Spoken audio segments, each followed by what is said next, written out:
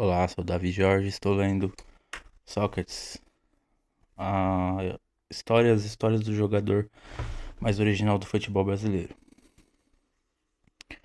Capítulo 4. A raposa traz o arco.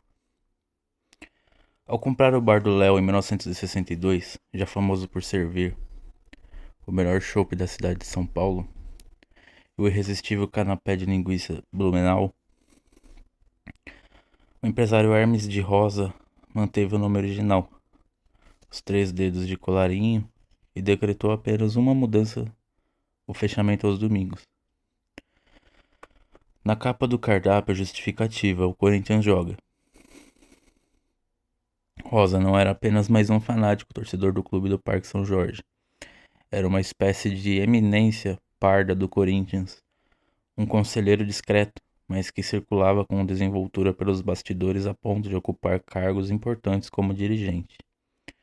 Em meados de julho de 1978, Rosa recebeu uma ligação de Ribeirão Preto.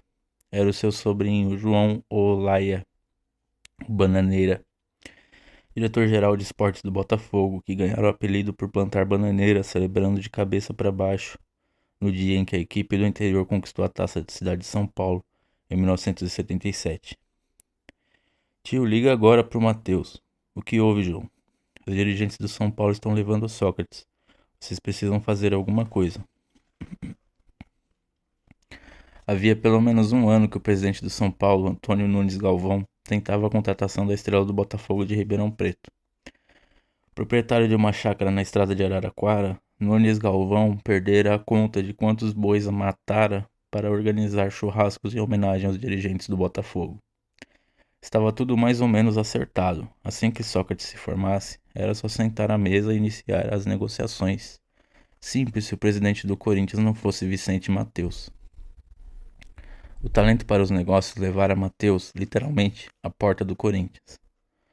Nascido em Zamora, na Espanha, filho de um empresário do ramo de armazéns e de pedreiras, o dirigente chegara ao Brasil aos 6 anos. Aos 20 e poucos, assumira os negócios da família e praticamente dobrava o faturamento das pedreiras, já transformadas, por iniciativa do jovem empreendedor, na pavimentadora Mateus.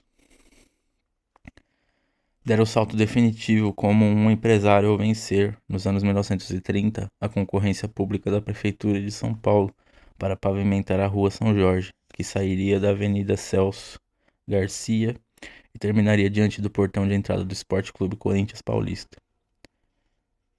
Semanas depois de se mudar com a mulher e os 2 filhos para a Rua Maria Eleonora, no Parque São Jorge, Mateus já circulava no Corinthians como se fosse o sócio número 1 do clube.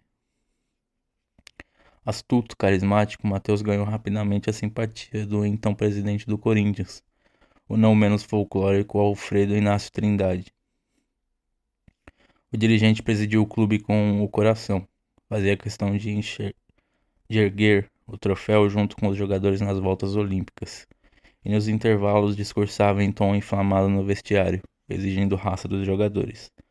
Trindade, há tempos, procurava um dirigente com temperamento parecido para substituí-lo, e Vicente Mateus, o recém-promovido diretor de futebol do Corinthians, parecia perfeito para o cargo. Mateus, além de tudo, tinha sorte.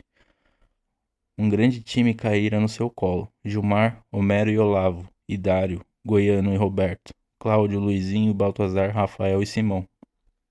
Uma máquina de jogar futebol comandada por Oswaldo Brandão, que conquistaria títulos importantes na década de 1950, inclusive a histórica taça do quarto centenário de São Paulo, ao vencer o Campeonato Paulista de 1954.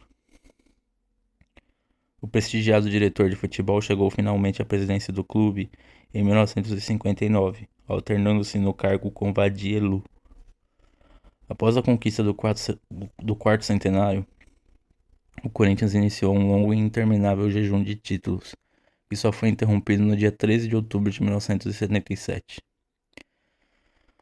No Morumbi, diante de 86 mil torcedores, os alvinegros, de novo comandados por Oswaldo Brandão, venceram a Ponte Preta por 1-0, gol de Basílio. Nem a conquista desse histórico título sensibilizou Mateus. O dirigente pagou apenas 80 mil cruzeiros para cada jogador e, após um início irregular em 1978, contratou o argentino Armando Renganeschi, treinador com fama de durão, para substituir o Oswaldo Brandão, que apesar de comandar o time no histórico título no ano anterior, tinha uma relação desgastada com Matheus. Boa parte do elenco boicotou o Renganesque e o Corinthians ficou fora das fases finais do Campeonato Brasileiro de 1978. Matheus decidiu dar uma oportunidade ao preparador físico do título de 1977, José Teixeira, que já havia assumido o Corinthians interinamente em outras ocasiões, sempre para tapar buraco. Dessa vez ele teria tempo e carta branca para montar um novo time. Peter, que jogara com Sócrates no Botafogo, Taborda e Djalma foram contratados. De olho há muito tempo em Falcão, o grande craque do Internacional de Porto Alegre, cada vez mais valorizado, Matheus acabou acertando com outros volantes, mais baratos, um tal de Lero Lero, que na verdade se tratava de Birubiru, a revelação do esporte de Recife, chamado assim por causa da fruta predileta de seu pai, Biribiri. O manda-chuva corintiano pretendia fazer apenas mais uma contratação. Chicão, o vigoroso volante do São Paulo, era um dos alvos.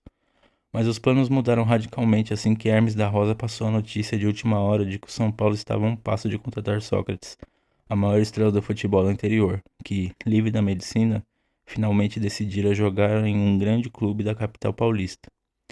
Nunes Galvão, o presidente tricolor, pediu à direção do Botafogo uma semana para levantar o dinheiro. Uma semana era uma eternidade para Matheus, e Sócrates também era um antigo sonho do dirigente, que já havia contratado em 1975 outro jogador do Botafogo de Ribeirão Preto, o esforçado centroavante Geraldão.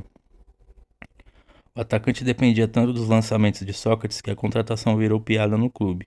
Matheus havia trazido a flecha e esquecido o arco. Sobre a questão dos pagamentos. Um cruzeiro em janeiro de 1976 equivalia a 75 centavos em julho de 2014.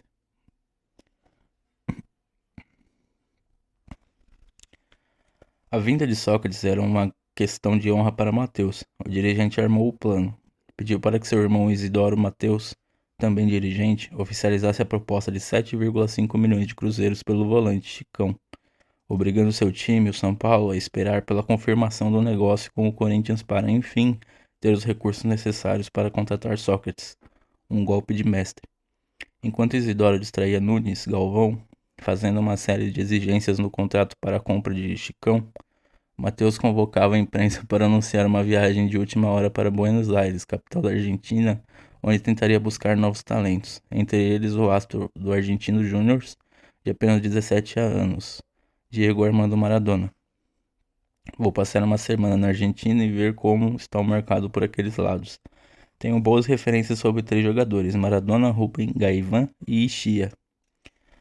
Matheus jamais pisou em Buenos Aires, pelo menos naquele ano. Dias depois, ele já estava na estrada rumo a Ribeirão Preto.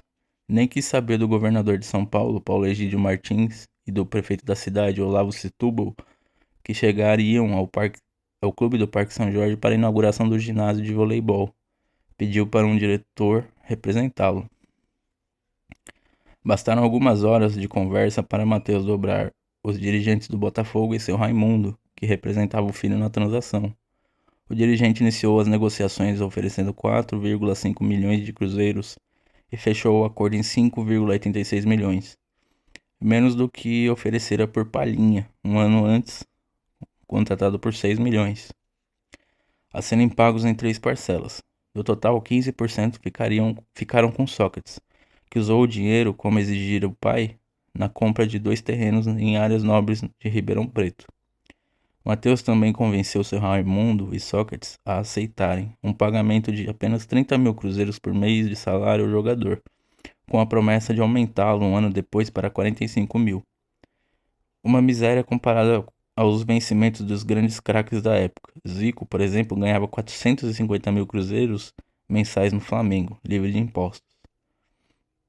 Enquanto isso, no Parque São Jorge, o governador Paulo Egídio Martins e o prefeito Olavo Setúbal eram adulados por Mário Campos, presidente do Conselho Deliberativo, representante do sumido Vicente Matheus, que aproveitou a visita das autoridades para comparar a Revolução Corintiana, como ele chamava a centralizadora gestão de Matheus, ao moralizador movimento de 31 de março de 1964, a data do golpe militar.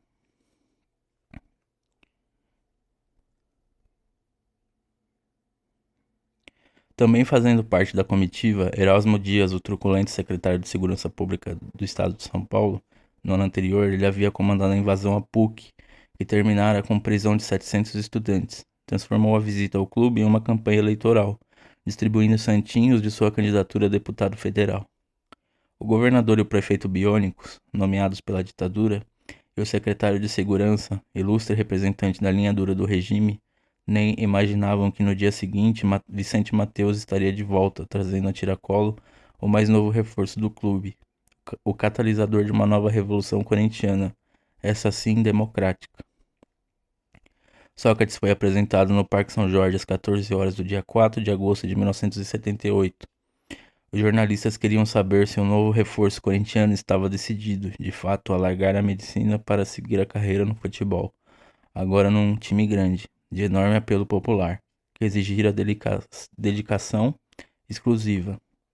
Só voltarei a pensar na medicina aos 34 anos, quando abandonar definitivamente o futebol, disse Sócrates aos repórteres, quase acertando a data de sua aposentadoria.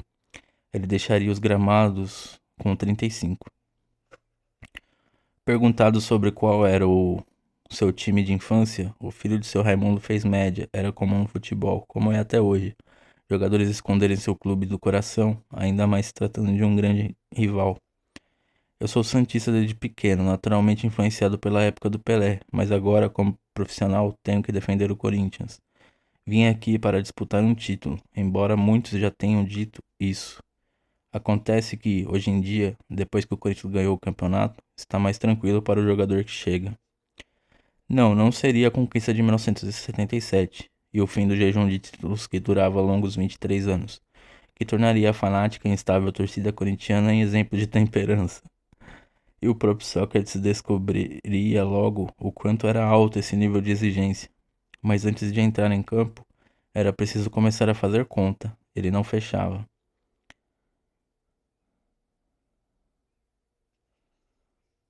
Além de receber apenas 20% a mais do que ganhava no Botafogo, Sócrates teria que encarar o alto custo de vida de São Paulo. Só o aluguel de um apartamento num bom bairro da capital comprometeria quase metade de seus vencimentos. E ainda havia a escola das 3 crianças. Um exemplo de como ele e seu pai haviam negociado mal o seu salário era o quanto Vicente Mateus estava disposto a pagar para ter o volante Batista, destaque do Internacional de Porto Alegre e titular da seleção brasileira. A negociação se tornara pública, acompanhada pelos principais jornais do país. Batista, que ganhava 106 mil cruzeiros mensais, pedia 140 mil para acertar com o Corinthians. Mateus oferecia 115 mil, o que só comprovava a disparidade entre o que seria pago ao volante do Inter e o quanto Sócrates ganhava. Logo nos primeiros treinos de Sócrates no Parque São Jorge, Mateus constatou o quanto havia lucrado com a contratação do ex-meia do Botafogo de Ribeirão Preto, que dera um novo ritmo ao time comandado por Joel Teixeira. Preparador físico de origem, Teixeira, admirador da escola de Oswaldo Brandão, muito mais um motivador do que um estrategista, esperava que o Alvinegro jogasse a maneira da equipe que conquistara o histórico título de 1977, com muita garra e disciplina tática, e um pouco de técnica, se possível. O novo Corinthians com Sócrates e Palhinha, a dupla se entrosara de imediato, tornara-se um time mais cerebral, talentoso, nem por isso mais lento. No treino que antecedeu ao jogo de estreia do Campeonato Paulista, Sócrates surpreendeu Teixeira e principalmente os atacantes Vaguinho, Rui Rei e Romeu, tocando de primeira, algumas vezes de calcanhar, a sua especialidade, deixando sempre um dos 3 na cara do gol. Raras vezes, no entanto, o passe era aproveitado com a mesma eficiência e precisão pelos atacantes, que tinham dificuldades em acompanhar o raciocínio do novo meio-campista do time. O Corinthians abriu o Campeonato Paulista de 1978 contra o Santos, o time de infância e juventude do primogênito de seu Raimundo, diante de 111 mil torcedores no Morumbi. Sócrates não se intimidou com a estreia, mesmo escalado mais à frente, fora de sua posição original, e sendo vigiado de perto pelo experiente Clodoaldo. O veterano parecia ser Sócrates, que jogava de cabeça erguida, na mesma cadência, mesmo quando o jogo se tornava mais disputado e tenso. O gol de Rui Rei, que deu o empate ao Corinthians, o Santos abriu o placar no início do segundo tempo, com Pita. Faltando poucos minutos para o fim da partida, levou a torcida corintiana à loucura, inclusive os jogadores que correram em direção à arquibancada em êxtase. Sócrates celebrou de forma discreta, erguendo os dois braços, quase sem sair do lugar. Comemoraria também de forma parecida ao marcar seu primeiro gol com a camisa do Corinthians, no sábado seguinte, no dia 26 de agosto de 1978, na vitória contra a Ferroviária por 2-0 no Pacaembu. Ao receber cruzamento dentro da grande área do lateral direito Luiz Cláudio, Sócrates, de costas para o gol, fintara como um drible o zagueiro adversário para bater forte com o pé direito à meia altura do goleiro da Ferroviária. Um golaço que merecia, no mínimo, uma escalada no alambrado, de frente ao tobogã. A massa alvinegra demoraria um bom tempo para se acostumar ao estilo econômico do novo ídolo. Sócrates era o avesso do avesso, do avesso de todos os conceitos que norteavam e ainda norteiam o ideário corintiano.